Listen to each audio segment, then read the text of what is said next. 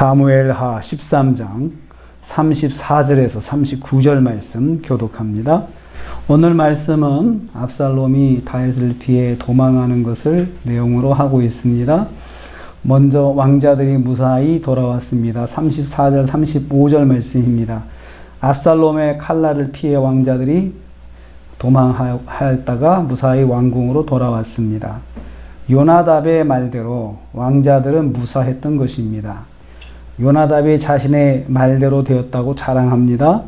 보소서 왕자들이 오나이다. 당신의 종이 말한 대로 되었나이다 하면서 아주 자랑스럽게 말을 하고 있습니다. 여기에서 요나답의 교활함이 엿보입니다. 자신이 암논에게 악한 충고를 해서 형제간의 비극이 발생한 것은 감쪽같이 속이고 있습니다. 왕자들이 돌아온 것이 마치 자기의 공인 양 말하고 있습니다. 보세요, 내 말대로 됐잖아요. 이렇게 하면서 아주 자랑을 하고 있습니다. 우리는 여기서 깨닫습니다. 속이는 자는 계속해서 속이는 삶을 살게 된다는 것입니다. 두 번째로 다윗과 왕자들이 통곡하며 상봉합니다. 36절입니다. 죽을 고비를 넘기고 살아 돌아온 왕자들이 다윗 앞에 나가서 통곡하며 엎드립니다. 다윗도 왕자들을 얼싸안고 감동의 죄를 하며 통곡하였습니다. 혹시나 왕자들이 죽었을까봐 노심초사했던 다윗의 심정이 엿보입니다. 다윗의 통곡은 특별한 의미가 있어 보입니다. 만일 왕자들이 다 죽었다면 다윗이 그동안 다윗의 그 일생에서 그동안의 삶이 모두 다 지워지는 듯한 고통을 받았을 것입니다. 자식들은 역사 아니겠습니까? 자기의 역사죠. 특별히 도망다니는 삶을 살면서 자녀들을 이렇게 낳았는데 그때 참 자녀들을 어렸을 때 잘 돌보지 못하고 고생시키고 하는 그런 마음의 빚이 있는 자녀들인데 그 자녀들이 만약에 다 죽었다 생각해 보세요. 그러면 개인의 역사의 소멸과도 같은 정말 가슴 아픈 일이 다윗에게 있을 것입니다. 그래서 다윗의 통곡은 의미가 있습니다. 10년 감수했다는 통곡의 의미가 있다고 생각을 합니다. 눈물 속에 사실은 그 10년 감수 속에 울기만 할 것이 아니고 그 속에서 하나님의 뜻을 깨달아야 됐는데 다윗은 통곡하며 울기만 했지 그 일을 통해서 자신이 하나님께서 뭘 말씀하시는지 알게 되었다는 말은 없습니다. 10년 감수와도 같은 위기의 순간이 주는 의미를 빨리 깨달아야 합니다. 그런데 다윗이 그러지 못하고 있습니다. 압살롬은 구슬로 도망하였다 했습니다. 37절에 39절입니다. 이런 사태를 일으킨 압살롬은 더 이상 이스라엘 땅에서 살 수 없게 되었습니다. 왜냐하면 첫째는 다윗의 미움을 샀고요. 그 다음에 이스라엘의 공적이 되었습니다. 이스라엘 사람들이 다 미워할 거 아니겠습니까? 살 수가 없는 것입니다. 그래서 이웃나라인 구슬로 도망했습니다. 그런데 구슬은 암미울의 아들 달메가 통치했다 이렇게 기록하고 있는데요. 이 달메가 누구냐 하면 압살롬의 외할아버지입니다. 외할아버지. 그러니까 그 달메의 딸이 압살롬의 어머니죠. 그래서 이게 사무엘하 3장 3절에 보면은 그렇게 소개되고 있습니다. 압살롬의 어머니가 달메의 딸이라고 하는 것을 소개하고 있습니다.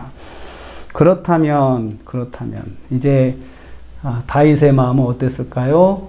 압살롬은 이제 사실은 갈 데가 없는데 그래도 외가가 숨구멍이었습니다.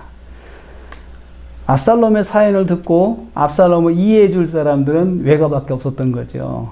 이스라엘에서는 죽일 놈이고 나쁜 놈이고 아주 그냥 파렴치한 놈이고 아주 그냥 그런 가족을 몰살하려고 했던 그런 나쁜 놈이라고 하지만 사실은 압살롬이 그 다말 사건을 통해서 마음의 상처를 받았다든가 이런 것들을 다 듣고 죽일 놈이라고 혼내지 않고 네가 얼마나 힘들었겠냐 하고 이해해 줄 사람은 외가밖에 없었다는 거예요. 그래서 외가로 도망가서 이제 압살롬은 거기서 망명생활을 하지만 다윗의 마음은 어땠을까요? 처음에는 다윗이 슬픔에 휩싸였다라고 했습니다.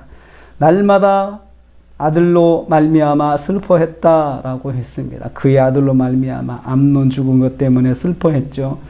또 한편 압살롬의 그 상황을 가지고도 마음에 슬퍼했을 거다라는 생각을 해요. 분노가 있었지만 한편 마음에 아픈 것이 있었을 거라 생각해요. 그런데 3년이 지나면서 다윗의 마음이 압살롬을 향해서 간절했다라고 그렇게 보고 있습니다. 성경을 번역할 때 이 영어 성경들은 다 그리워했다 이렇게도 번역을 합니다. 시간이 갈수록 다윗의 마음은 압살롬을 보고 싶어 했습니다. 근데 이 마음이 문제인 것 같아요. 죄를 단죄하지 않고 그냥 넘어가는 다윗의 모습을 또 보는 거예요.